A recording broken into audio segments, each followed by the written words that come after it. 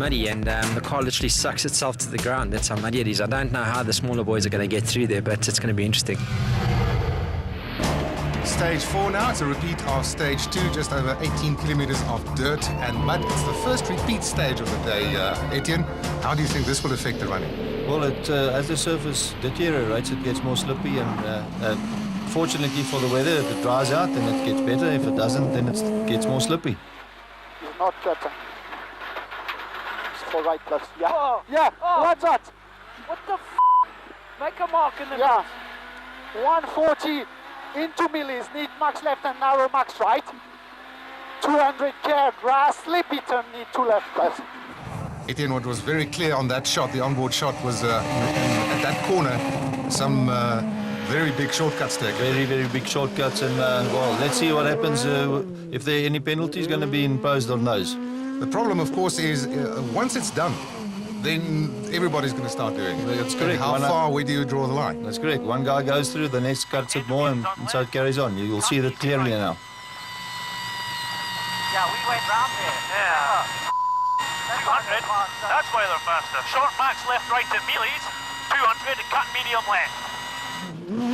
I have a sneaky suspicion this is going to become an issue on this event. This is Fecken, Harrison Fecken, 1 minute 14 down overall.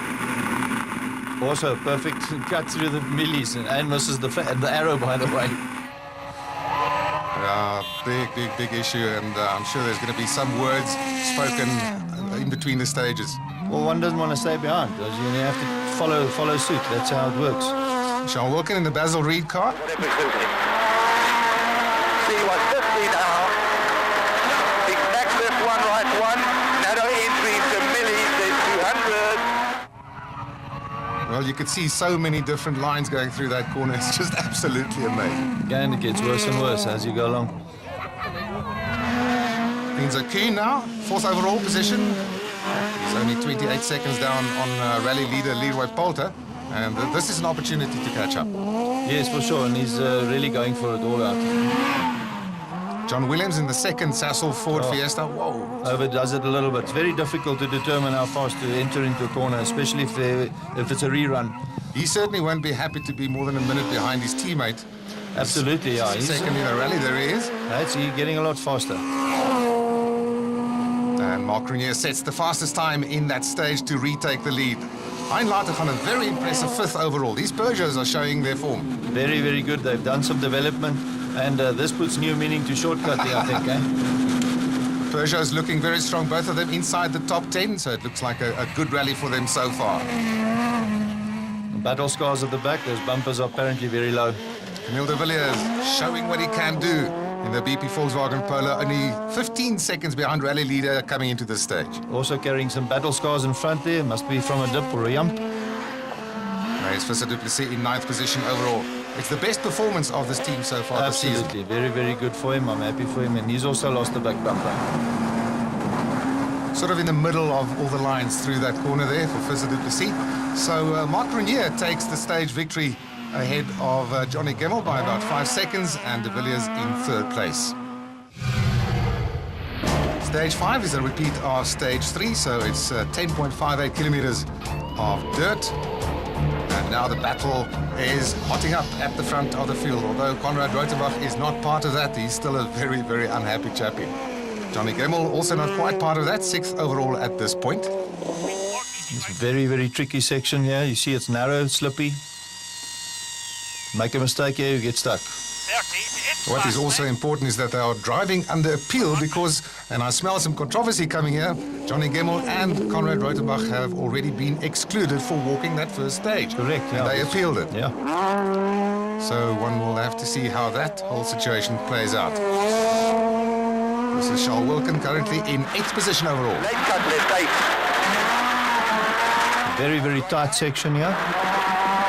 Into tight left line. To long left right 2. Well, you can see how slippery conditions are, and it's getting worse for those cars that are following behind these front runners on the road. Very, very tricky sections, and the driver's working hard. JP Damso in the Team Total Toyota Ronex, a very steady performance so far. Our roads are very bumpy and jumpy, as you might call it, and very, very tight. Here's a double back left, you don't get that right, you can also stall the car and you can roll it. Very difficult to see through the windscreen being so dirty, but not always time to clean them.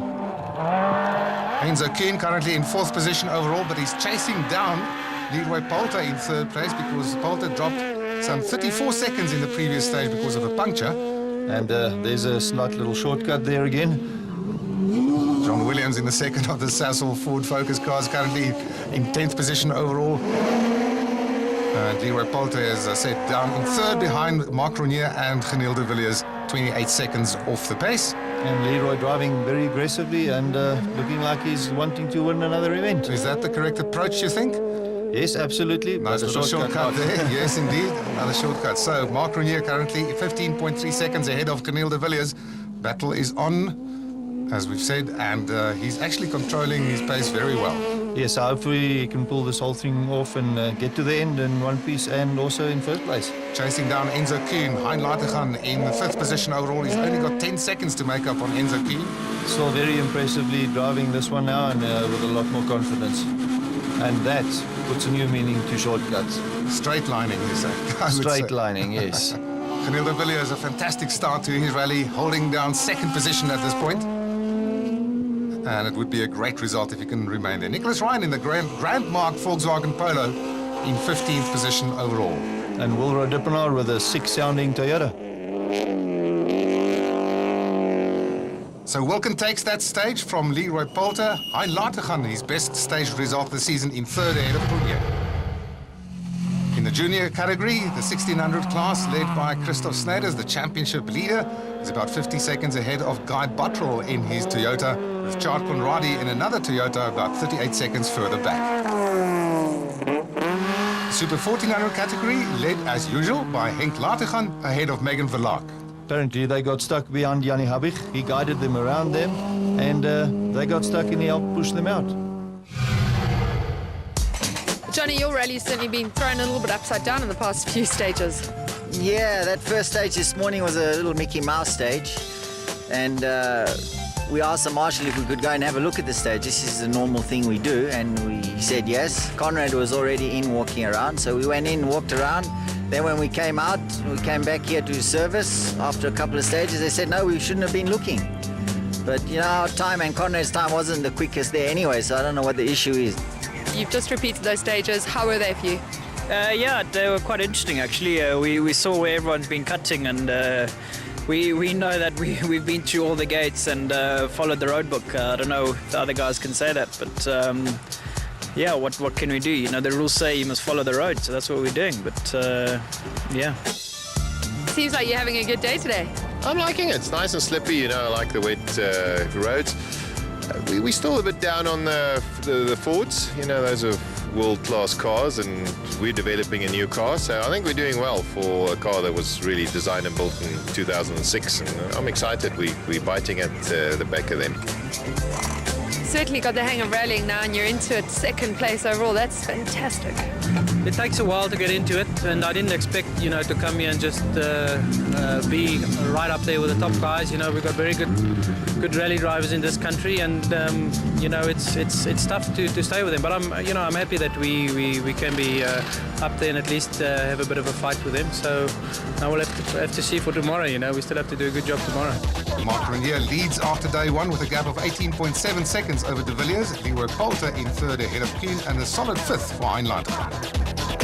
And Johnny Gemmell in 6th place and a very unusual 10th overall for championship leader Conrad Rottenbach. As the sun sets at the end of day 1, join us after the break for action from day 2.